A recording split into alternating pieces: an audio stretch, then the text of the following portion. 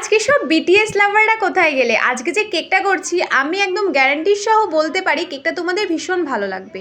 তো ফার্স্টেই শুরু করা যাক। এই কেকটা ছিল কিন্তু এগলেস একটা কেক, আর পুরোটা ছিল চকলেট ফ্লেভারের মধ্যে। আমি কিন্তু প্রচুর চকলেট দিয়েছি ভেতরে, তোমরা দেখলেই বুঝতে পারবে। আর ওপর থেকে ক্রিমের ওপর থেকেও কিন্তু চকলেট গার্নাশ ইউজ করেছি। তারপর যেটা দিয়েছিলাম চকো চিপস।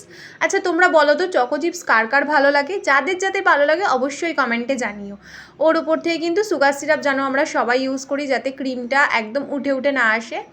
তো দেখো তারপরে কিন্তু ভালো করে আমি ক্রিমটা একদম লাগিয়ে দিয়েছিলাম কেকের মধ্যে যতটা পরিমাণে লাগে।